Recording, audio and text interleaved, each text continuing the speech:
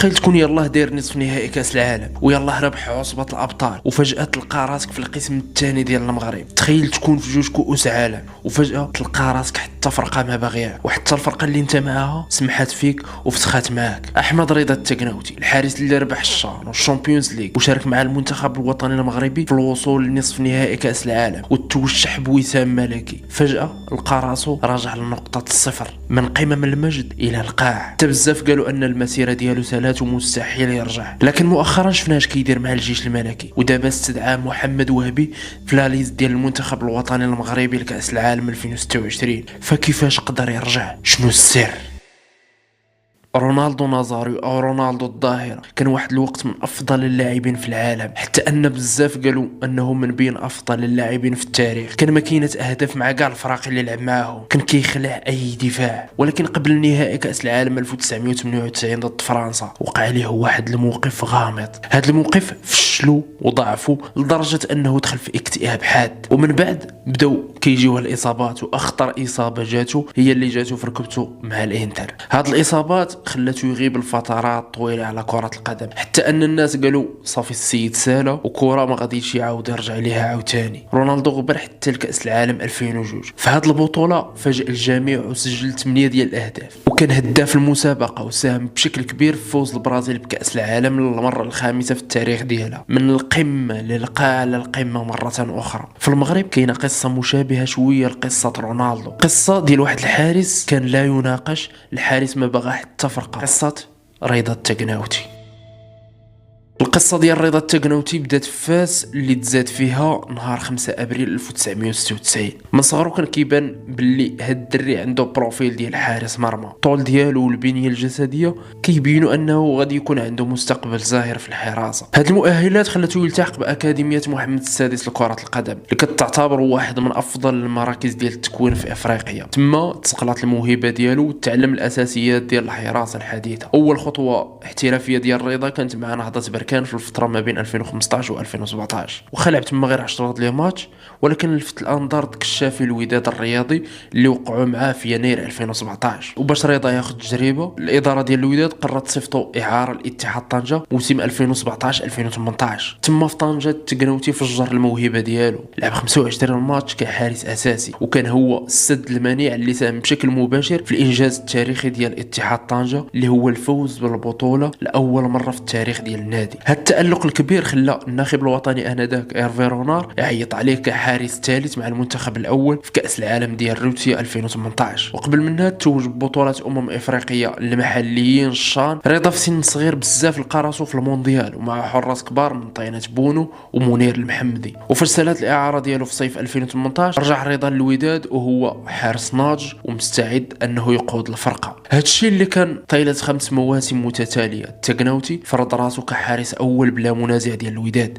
رضا عاش العصر الذهبي ديال الوداد، فاز بالبطوله الاحترافيه، ولكن المجد الحقيقي كان في عصبه الابطال الافريقيه. قاد الفرقه للفوز باللقب في 2022 ضد الاهلي المصري، وتوج بجائزه افضل حارس في البطوله. هاد المستويات الكبيره خلاته يكون الحارس الثالث ديال المنتخب الوطني المغربي اللي دار الانجاز التاريخي في كاس العالم قطر 2022، ملي المغرب وصل للنصف النهائي وحقق المعجزة إن صح التعبير، حقق المركز الرابع. التكناوتي بسبب الإنجاز توشح على يد الملك محمد السادس بوسام عرش من درجة الضابط. في ديك اللحظة كان رضا في قمة المجد، كل شيء كيهتف بالاسم ديالو، والمستقبل قدامه كان كيبان مشرق وزاهر. هنا خصنا نرجعوا شوية للور. رضا في البداية ديالو كانوا عنده مشاكل، خصوصا مشاكل انضباطية. أول مشكل في شتنبر 2019. التكناوتي كان مع المنتخب المحلي اللي كيدربو الحسين هموته اللي كان كيساعد ديك الوقيته لماتش الجزائر. رضا ملي عرف ان انس الزنيتي هو اللي غيبدا اساسي رفض يجلس في البونتوش وقال انه مصاب. عموته رفع تقرير اسود لرئيس الجامعه فوزي القجع، والعقوبه كانت قاسيه، ايقاف التكناوتي لمده 3 شهور عن تمثيل كاع المنتخبات الوطنيه.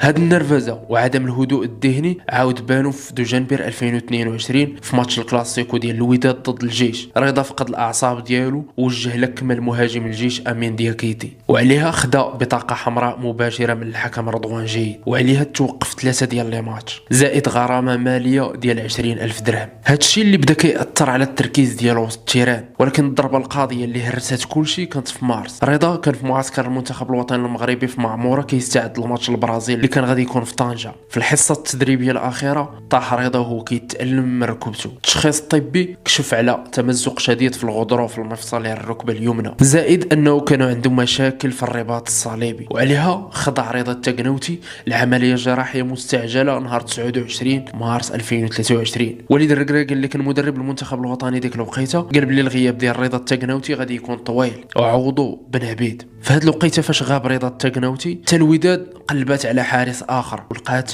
يوسف المطيع استغل الفرصه، قدم مستويات خرافيه في عصبه الابطال خاصه في ركلات الترجيح. الجمهور ديال الوداد لقى الخلف ديال رضا التقناوتي، هادشي اللي خلى رضا يخرج من الوداد في صفقه انتقال حر في غشت 2023. وهنا بدات المرحله ديال الضياع، العطاله الرياضيه. رضا مشى للمغرب الفاسي ولكن لعب غير 2 ماتشات، وفي صيف 2024 تفاوض مع حسنيه اكادير ولكن الصفقه فشلت في اخر اللحظات. رضا بقى بلا فرقه لقرابه 6 شهور، من حارس في المونديال والوسام الملكي اللاعب بلا نادي. لكن في يناير 2025 وقع مع المغرب التطواني محاولة منه لإنقاذ ما يمكن إنقاذه. لعب 12 ماتش ولكن الجاهزية كانت غايبة تماما. الشباك ديالو استقبلت 15 الهدف وما خرجش بشباك نظيفة غير في 3 ديال لي ماتش. كلشي أجمع في ديك الوقيته باللي التقناوتي انتهى كرويا، ولكن كيف ما كيقول المثل ما كيتسد باب حتى كيتحلو بيبان. في 7 يوليو 2025 نادي الجيش الملكي اعلن على صفقة مفاجئة حتى شي واحد ما كان كيتوقعها، توقيع مع احمد رضا التقناوتي لعامين في صفقه انتقال حر. القرار كان بطلب مباشر من المدرب البرتغالي الكسندر سانتوس اللي كان محتاج حارس عنده خبره افريقيه كبيره. فور الوصول ديالو للرباط الجهاز الفني والمعد البدني وجدوا ليه برنامج تاهيلي بدني صارم.